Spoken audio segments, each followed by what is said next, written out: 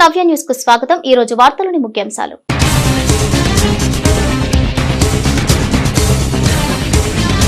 రైలులో ప్రయాణికురాలికి మత్తుమందు ఇచ్చి బంగారు ఆభరణాలు చోరీ। చెన్నై నుంచి విజయవాడ వెళ్లే పినాకిని ఎక్స్‌ప్రెస్ లో ఘటన।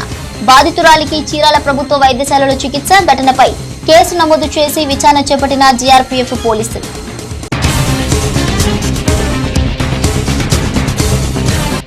విద్యార్థులు చట్టాలపై అవగాహన పెంపొందించుకోవాలి। చీరాల వైఏ ప్రభుత్వ మహిళా డిగ్రీ కళాశాలలో నిర్వహించిన జాతీయ న్యాయ సేవా దినోత్సవ కార్యక్రమంలో చీరాల సీనియర్ సివిల్ జడ్జి ఎం సుధా,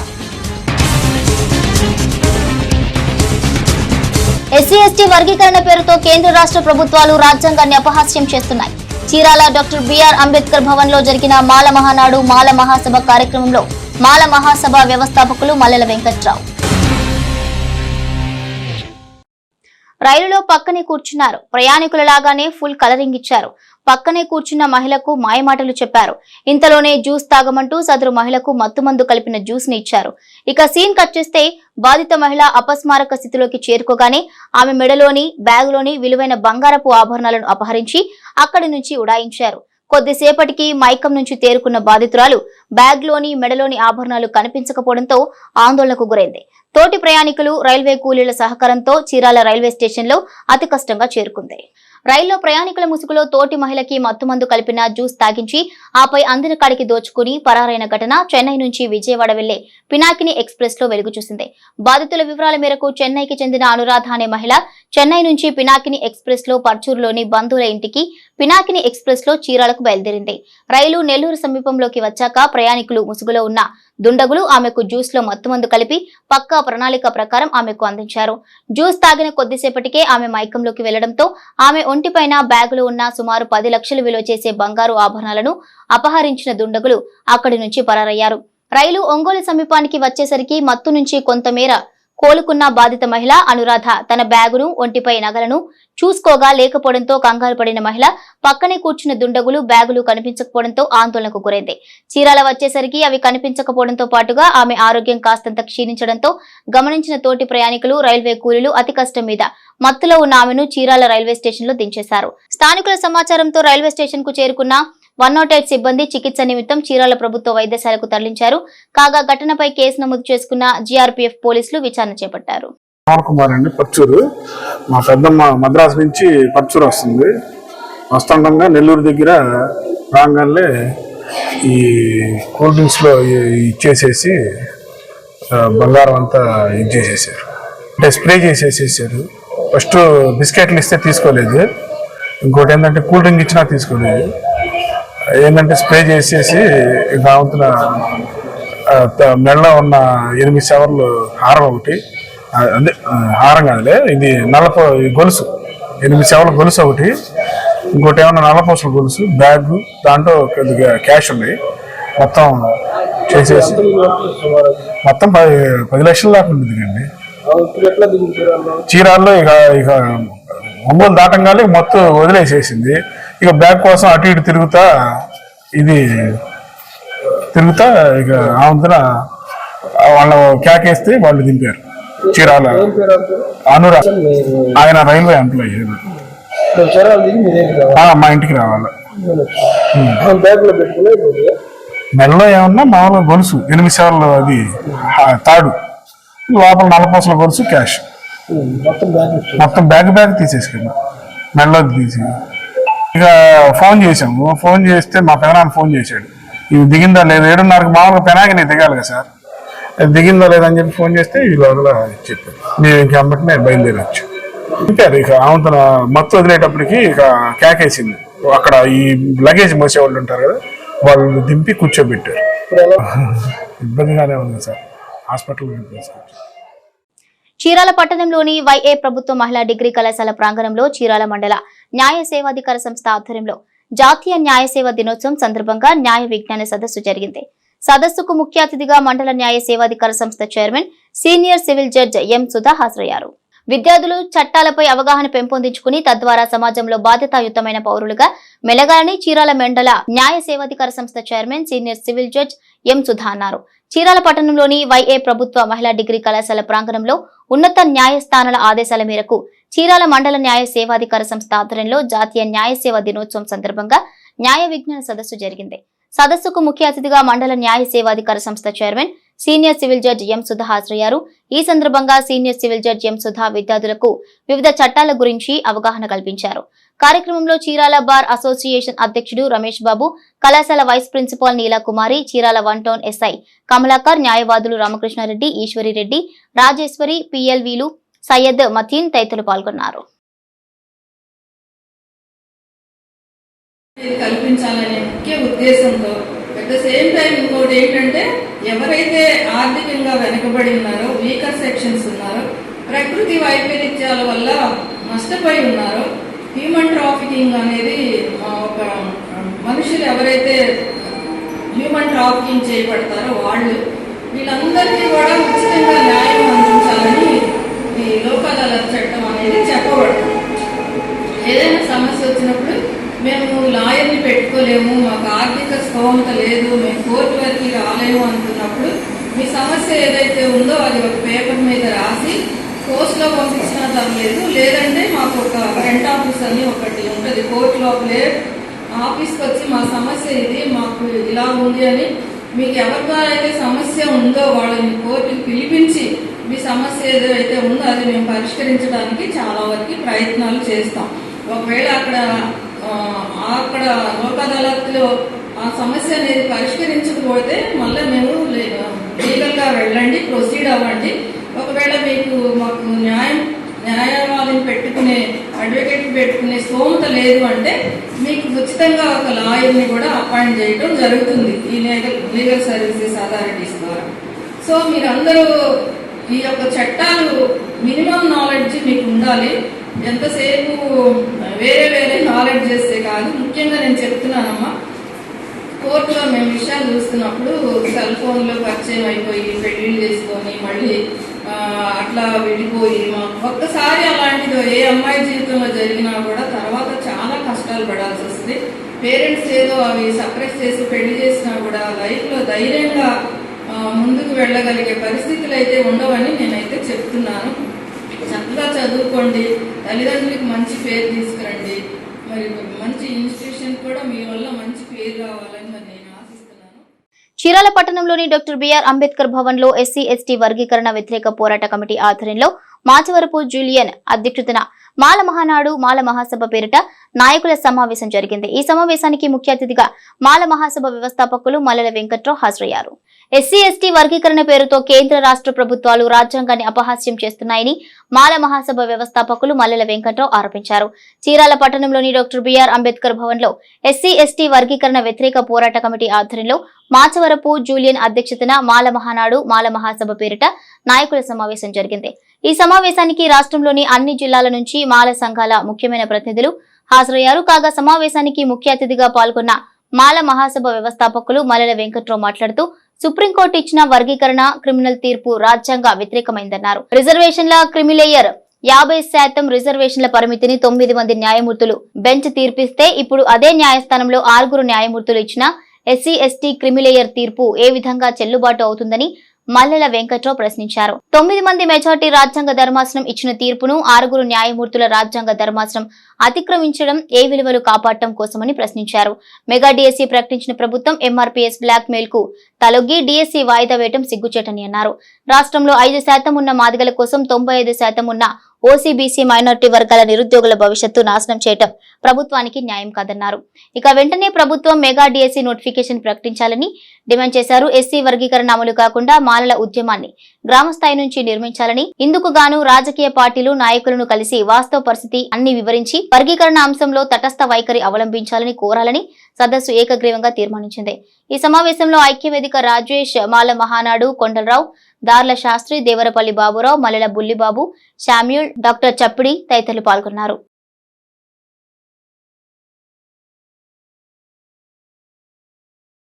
మాల సంఘాల ముఖ్య నాయకుల సమావేశం జరుగుతూ ఉంది.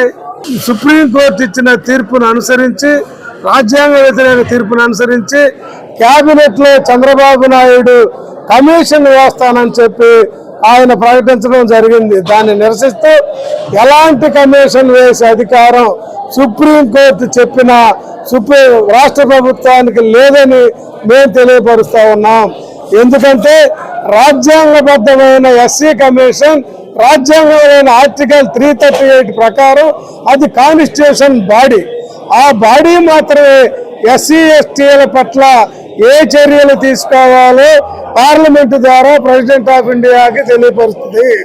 అంతే తప్ప చిల్లర మల్లరగా ఏ రాష్ట్ర ప్రభుత్వాలు మా మీద కమిషన్ వేసే అధికారం రాజ్యాంగం ఇవ్వలేదు. గతంలో చంద్రబాబు నాయుడు వేసిన రామచంద్రరాజు కమిషన్ రిపోర్టుని పార్లమెంట్ రద్దు చేసింది. ఎస్సీ కమిషన్ రద్దు చేసింది. నేషనల్ ఎస్సీ కమిషన్ రద్దు చేసింది. అదేవిధంగా రాజశేఖర రెడ్డి టైంలో వేసిన ఉషా మెహ్రా నివేదికను కూడా ఎస్సీ కమిషన్ బుట్టలో వేసింది. వీటిని వైలేట్ చేసి మరలా కొత్త కమిషన్ వేయటం అంటే చంద్రబాబు నాయుడు మరలా రాజ్యాంగ వ్యతిరేక విధానాలకి పాల్పడుతున్నట్టుగా మేము భావించాల్సి వస్తుంది. నీకు సుప్రీంకోర్టు ఇచ్చిన తీర్పు ప్రకారం అసలు ఆ తీర్పే రాజ్యాంగ విరుద్ధమైంది అయితే దాన్ని అమలు చేయడానికి మళ్ళా నువ్వు ఒక ప్రత్యేక కులగణన జరిగిందా ఈ దేశంలో కానీ రాష్ట్రంలో కానీ? బుద్ధుండి అసలు ఎంఆర్పిఎస్ నాయకులకు బుద్ధి లేకపోతే ఇన్ని సంవత్సరాల ముఖ్యమంత్రికి నీకు లేదా అని అడుగుతున్నాం. ఎందుకంటే జనగణన గవర్నమెంట్ ఆఫ్ ఇండియా నుండి సెన్సస్ డిపార్ట్మెంట్ చేయాలి. 2011లో డిపార్ట్మెంట్ చేసి కేంద్ర ప్రభుత్వమే రద్దు చేసింది. 2021లో జనాభా లెక్కలు లేవు. రామచంద్రరాజు కమిషన్ నివేదిక ప్రకారం మీరు వర్గీకరణ చేయాలని ప్రయత్నిస్తున్నారంటే ఇది మాలను అణిచివేసే కుట్ర తప్ప ఇంకోటి ఏం కాదు. ఎందుకంటే 2014లో రాష్ట్రం విభజన అయింది, తెలంగాణ ఆంధ్రప్రదేశ్గా. అప్పటికి 2011 నాటికి ఆంధ్రప్రదేశ్లో ఉన్న జనాభా ఇప్పుడు లేదు. ఆంధ్రగా తెలంగాణగా మారిపోయాక ఇక్కడ జనాభా లెక్కలు కావాలి. ఇక్కడ 80% మాలలో మేము ఉన్నాము. రామచంద్రరాజు కమిషన్ లెక్కలు ఏ విధంగా నువ్వు తెస్తావు? ఈ దేశంలో డాక్టర్ అంబేద్కర్ ఆశించిన సెక్యులరిజం, సోషలిజం, ప్రజాస్వామ్యం, మత సామరస్యం ఇవన్నీ నిలబడతాయి. మిగతా అన్ని వర్గాల పేద ప్రజల యొక్క సంపద, వాడు సృష్టించిన సంపద, రాజ్యాంగ ఫలాలు వాళ్ళకు అందుతాయి అని చెబుతూ ముగిస్తా ఉన్నా. చరిత్రలో నేటి ముఖ్యమైన ఘటనలను ఓసారి చూద్దాం.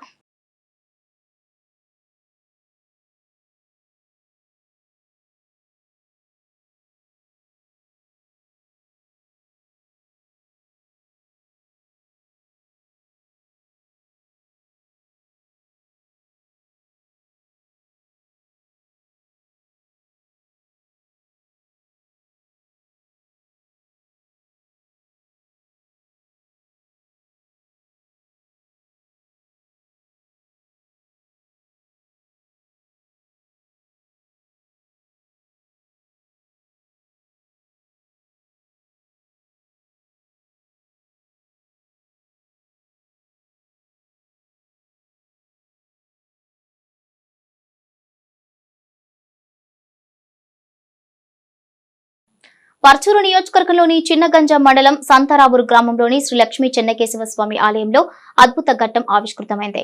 కార్తీక మాసం పూజలు అందుకుంటున్న దేవతామూర్తుల పాదాలను భానుడి లేలేత సూర్యకిరణాలు తాకిన అద్భుత ఘటన భక్తులకు కనువిందు చేసింది. పర్చూరు నియోజకవర్గంలోని చిన్నగంజాం మండలం సంతారావూరు గ్రామంలోని శ్రీ లక్ష్మీ చెన్నకేశవ స్వామి ఆలయంలో అద్భుత ఘట్టం ఆవిష్కృతమైంది. కార్తీక మాసం పూజలు అందుకుంటున్న దేవతామూర్తుల పాదాలను భానుడి లేలేత సూర్యకిరణాలు తాకిన అద్భుత ఘటన భక్తులను కనువిందు చేసింది. ప్రతి ఏడాది మాఘమాసంలో సూర్యకిరణాలు స్వామివారి పాదాలు తాకడం ఆనవాయితీగా వస్తుంది. సూర్యకిరణాలు స్వామివారి పాదాలను తాకి సాక్షాత్కారం చేసే అద్భుత ఘడియలను తిలకించేందుకు పెద్ద ఎత్తున తరలిరావటం పరిపాటి. ఈ మహాఘట్టాన్ని తిలకించడం పూర్వజన్మ సుకృతంగా భావిస్తుంటారు భక్తులు.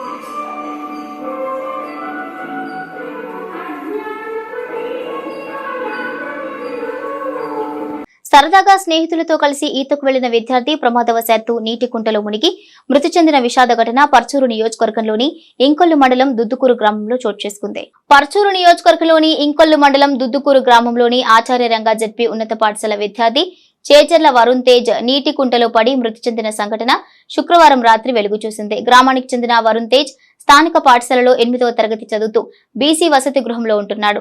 శుక్రవారం బడి ముగిశాక మరో 5గురు స్నేహితులతో కలిసి విద్యాలయం వెనుక మట్టిగుంట రహదారిలోని పుల్లాయ కుంటలో ఈతకు వెళ్లారు. కుంట లోతుగా ఉండటంతో వరుణ్ తేజ్ నీటిలో మునిగిపోగా మిగిలిన 3 పిల్లలు సురక్షితంగా ఒడ్డుకు వచ్చి విషయాన్ని పక్కనే పొలంలో పనులు చేసుకుంటున్న వారికి తెలిపారు. వారు వచ్చి బాలుని బయటకు తీయగా అప్పటికే మృతి చెందాడు. గ్రామస్తుల ఫిర్యాదు మేరకు పోలీసులు కేసు నమోదు చేశారు. బాలుడి తల్లిదండ్రులు పనుల కోసం వలస వెళ్లి ఒంగోలులో ఉంటున్నారు. ఇక విద్యార్థి మృతిపై మంత్రి సవిత దిగ్భ్రాంతి వ్యక్తం చేశారు. ఘటనపై దర్యాప్తు చేపట్టాలని జిల్లా కలెక్టర్ని ఆదేశించారు. బాధిత కుటుంబానికి ప్రభుత్వం అన్ని విధాలా అండగా ఉంటుందని మంత్రి తెలిపినట్లు రెవెన్యూ అధికారులు మీడియాకు తెలిపారు. బాపట్ల జిల్లా ఎస్పీ తుషార్ డూడి ఆదేశాలతో శుక్రవారం రాత్రి additional SP TP Vitthaleshwar Cherukupalli police station పరిధిలోని గుల్లపల్లి గ్రామంలో పల్లెనిద్ర కార్యక్రమాన్ని నిర్వహించారు. ఈ కార్యక్రమంలో భాగంగా ఆ గ్రామంలోని ప్రజా సమస్యలపై ఆరా తీశారు. గ్రామాల్లోని ప్రజల సమస్యలను నేరుగా తెలుసుకునేందుకు ప్రజల మధ్యకి పోలీసు వెళ్లాలనే ఉద్దేశంతో బాపట్ల జిల్లా ఎస్పీ తుషార్ డూడి ఆదేశాలతో పల్లెనిద్ర కార్యక్రమానికి శ్రీకారం చుట్టినట్లు అడిషనల్ ఎస్పీ విఠలేశ్వర్ అన్నారు. బాపట్ల జిల్లా ఎస్పీ తుషార్ డూడి ఆదేశాలతో శుక్రవారం రాత్రి additional SP TP Vitthaleshwar Cherukupalli police station పరిధిలోని గుల్లపల్లి గ్రామంలో పల్లెనిద్ర కార్యక్రమాన్ని నిర్వహించారు. ఈ కార్యక్రమంలో భాగంగా ఆ గ్రామంలోని ప్రజా సమస్యలపై ఆరా తీశారు. ఈ సందర్భంగా అడిషనల్ ఎస్పీ విఠలేశ్వర్ మాట్లాడుతూ పల్లెనిద్ర కార్యక్రమంలో భాగంగా జిల్లాలోని పోలీస్ అధికారులు ప్రతి శుక్రవారం ఆయా పోలీస్ స్టేషన్ పరిధిలోని గ్రామాల్లో బస చేస్తున్నట్లు తెలిపారు. ప్రస్తుత సమాజంలో జరుగుతున్న నేరాల గురించి, వాటి బారిన పడకుండా ఏ విధంగా అప్రమత్తంగా వ్యవహరించాలని తదితర విషయాల గురించి ప్రజలకు అవగాహన కల్పించారు. ఈ కార్యక్రమంలో అడిషనల్ ఎస్పీతో పాటు Repalle rural circle CI Suresh Babu, Cherukupalli SI Anil Kumar తదితరులు పాల్గొన్నారు. నేటి తిరుమల తిరుపతి సమాచారాన్ని ఓసారి పరిశీలిద్దాం. కార్తీక మాసంలో శ్రవణ నక్షత్రాన్ని పురస్కరించుకుని శ్రీదేవి భూదేవి సమేత శ్రీ మలయప్ప స్వామి వారికి నేడు తిరుమలలో అత్యంత ఘనంగా పుష్పయాగాన్ని నిర్వహిస్తున్నారు. వివిధ రకాల సువాసనలు వెదజల్లే పుష్పాలతో, పత్రాలతో శ్రీదేవి భూదేవి సమేత శ్రీ మలయప్ప స్వామి వారికి పుష్పార్చనలు నిర్వహిస్తున్నారు. పుష్పయాగం సందర్భంగా నేడు తిరుమలలో స్వామివారి కళ్యాణోత్సవం, ఊంజల్ సేవ, బ్రహ్మోత్సవం, ఆర్జిత సేవలు రద్దు చేయబడ్డాయి. ఇక తోమాల సేవ, అర్చన సేవలు ఏకాంతంగా నిర్వహిస్తారని టీటీడీ తెలిపింది. తిరుమల శ్రీవారి ఆలయంలో నేడు జరగనున్న పుష్పయాగ మహోత్సవానికి నిన్న రాత్రి శాస్త్రోక్తంగా అంకురార్పణ చేశారు. నేటి వాతావరణ సమాచారాన్ని ఒకసారి చూద్దాం. ఉత్తర కోస్తా ఆంధ్రప్రదేశ్ యానంలో బుధ, గురు, శుక్రవారాల్లో తేలికపాటి నుంచి ఓ మోస్తరు వర్షాలు కురిసే అవకాశం ఉంది. గరిష్ట ఉష్ణోగ్రతలు సాధారణం కంటే 2 నుండి 4 డిగ్రీలు అధికంగా నమోదు అయ్యే అవకాశం ఉంది. ఇటు దక్షిణ కోస్తాంధ్రప్రదేశ్ లోనూ తేలికపాటి నుండి ఓ మోస్తరు వర్షాలు లేదా ఉరుములతో కూడిన జల్లులు కురిసే అవకాశం ఉంది. కొన్ని చోట్ల ఉరుములు, మెరుపులతో కూడిన వర్షాలు కురుస్తాయి. గరిష్ట ఉష్ణోగ్రతలు సాధారణం కంటే 2 నుండి 4 డిగ్రీలు అధికంగా నమోదు అయ్యే అవకాశం ఉంది. ఇటు రాయలసీమలోనూ బుధవారం 1-2 చోట్ల తేలికపాటి నుండి ఓ మోస్తరు వర్షాలు లేదా ఉరుములతో కూడిన జల్లులు కురిసే అవకాశం ఉంది. గరిష్ట ఉష్ణోగ్రతలు సాధారణం కంటే 2 నుండి 4 డిగ్రీలు అధికంగా నమోదయ్యే అవకాశం ఉంది. అలాగే గురువారం, శుక్రవారం కూడా తేలికపాటి నుండి ఒక మోస్తరు వర్షాలు లేదా ఉరుములతో కూడిన జల్లులు 1-2 చోట్ల కురిసే అవకాశం ఉంది. వార్తలోని నేటి అంతర్జాతీయ, జాతీయ, రాష్ట్ర ముఖ్యమైన అంశాలను ఓసారి పరిశీలిద్దాం. బాంబు పేలుడుతో పొరుగు దేశం పాకిస్తాన్ మరోసారి దద్దరిల్లింది. బలూచిస్తాన్ లోని క్వెట్టా రైల్వే స్టేషన్ లో శనివారం ఉదయం భారీ పేలుడు సంభవించింది. స్టేషన్ నుంచి రైలు పెషావర్ కు బయలుదేరుతుండగా ఈ పేలుడు సంభవించినట్లు పాకిస్తాన్ డాన్ న్యూస్ నివేదించింది. ఈ ఘటనలో 24 మంది మరణించగా సుమారు 30 మందికి పైగా గాయపడ్డారు. ఈ పేలుడును ఆత్మాహుతి దాడిగా భావిస్తున్నట్లు Quetta senior superintendent of police Mohammad Baloch తెలిపారు. ఘటన సమయంలో రైలు ప్లాట్ఫామ్ పై వందలాది మంది ప్రయాణికులు ఉన్నారు. ఈ క్రమంలో అక్కడ ఒక్కసారిగా పేలుడు సంభవించింది. ఇందుకు సంబంధించిన దృశ్యాలు రైలు ప్లాట్ఫామ్ పై ఉన్న సీసీటీవీ ఫుటేజ్ లో రికార్డ్ అయ్యాయి. ప్రస్తుతం ఈ వీడియో వైరల్ గా మారింది. మరోవైపు ఈ ఘటనపై అధికారులు దర్యాప్తు ప్రారంభించారు. టాటా సంస్థల అధినేత రతన్ టాటా మృతి చెంది నెల రోజులు కావస్తోంది. ఈ నేపథ్యంలో ప్రధాని నరేంద్ర మోదీ ఓ ఆర్టికల్ రాశారు. దిగ్గజ వ్యాపారవేత్త రతన్ టాటాకు తన వ్యాసంతో నివాళి అర్పించారు. సమాజంలోని అన్ని రంగాలు రతన్ టాటా లేని లోటును ఫీల్ అవుతున్నాయన్నారు. సీజనల్ వ్యాపారవేత్తలు, ఔత్సాహిక పారిశ్రామికవేత్తలు, ప్రొఫెషనల్స్ అయిన మృతి పట్ల సంతాపం ప్రకటిస్తున్నట్లు చెప్పారు. పర్యావరణం, దాతృత్వం పట్ల శ్రద్ధ ఉన్నవాళ్లు కూడా రతన్ మృతితో విషాదంలో ఉన్నట్లు రాశారు. ఈ దేశంలోనే కాదు ప్రపంచ వ్యాప్తంగా రతన్ మరణం అందరినీ కలిచివేసిందన్నారు. యువతకు రతన్ ప్రేరణగా నిలిచారన్నారు. భారతీయ సాంప్రదాయాలను ఎందరికో పరిచయం చేశారని, సమగ్రతకు, సేవకు ఆయన కట్టుబడి ఉన్నట్లు మోదీ తెలిపారు. ఏపీలో పర్యాటక ఆలయాల సందర్శనకు గాను నూతనంగా ప్రారంభించిన సీప్లేన్ ను ముఖ్యమంత్రి చంద్రబాబు, కేంద్ర విమానయాన శాఖ మంత్రి రామ్మోహన్ నాయుడు లాంఛనంగా ప్రారంభించారు. శనివారం విజయవాడలోని పున్నమి ఘాట్ నుంచి సీప్లేన్ ను ప్రారంభించి అందులో ప్రయాణించి శ్రీశైలానికి చేరుకున్నారు. ఈ సందర్భంగా ఏర్పాటు చేసిన కార్యక్రమంలో చంద్రబాబు మాట్లాడుతూ వైసీపీ పాలనలో రాష్ట్రం అధోగతి పాలైందని, వాటిని గాడిలో పెట్టడంతో పాటు అందిన అవకాశాలను సద్వినియోగం చేసుకోవడానికి గల అవకాశాలను అందిపుచ్చుకుంటున్నామని వెల్లడించారు. ఇందులో భాగంగా పర్యాటకంగాను, ఆలయాల సందర్శనకు గాను ముందెన్నడూ లేని విధంగా తొలిసారి సీప్లేన్ ను ప్రారంభించడం గర్వంగా ఉందని అన్నారు. కొత్త కారు కొనుగోలు చేసేటప్పుడు దేన్ని ఎంచుకోవాలి అనేది చాలా పెద్ద సవాలుగా మారుతోంది. నేడు మార్కెట్లోకి అనేక కార్లు విడుదలయ్యాయి. ఫీచర్లు, లుక్, సౌకర్యం తదితర వాటితో చాలా మెరుగ్గా ఉన్నాయి. వాటిలో ఏదో ఒకటి ఎంపిక చేసుకోవడానికి అనేక విషయాలను పరిశీలించాలి. ప్రస్తుతం టాటా నెక్సాన్ కారుకు మార్కెట్లో ఎంతో డిమాండ్ ఉంది. 2017లో విడుదలైన ఈ సబ్ కాంపాక్ట్ ఎస్యూవీకి global new car assessment program లో 5 స్టార్ రేటింగ్ లభించింది. దీని ధర 7.99 లక్షల నుంచి 15.79 లక్షలు పలుకుతోంది. అయితే ఇదే సెగ్మెంట్ లో ఇతర కంపెనీల వాహనాలు కూడా లభిస్తున్నాయి. భారతవర్ష నవ్య న్యూస్ ముగించే ముందు ముఖ్యాంశాలు మరోసారి.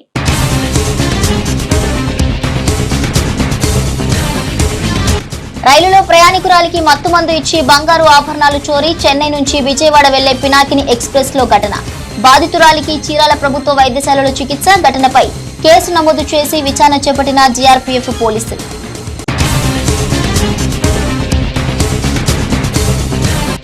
విద్యార్థులు చట్టాలపై అవగాహన పెంపొందించుకోవాలి. చీరాల వైఏ ప్రభుత్వ మహిళా డిగ్రీ కళాశాలలో నిర్వహించిన జాతీయ న్యాయ సేవా దినోత్సవ కార్యక్రమంలో చీరాల సీనియర్ సివిల్ జడ్జ్ ఎం సుధా. ఎస్సీ ఎస్టీ వర్గీకరణ పేరుతో కేంద్ర రాష్ట్ర ప్రభుత్వాలు రాజ్యాంగాన్ని అపహాస్యం చేస్తున్నాయి.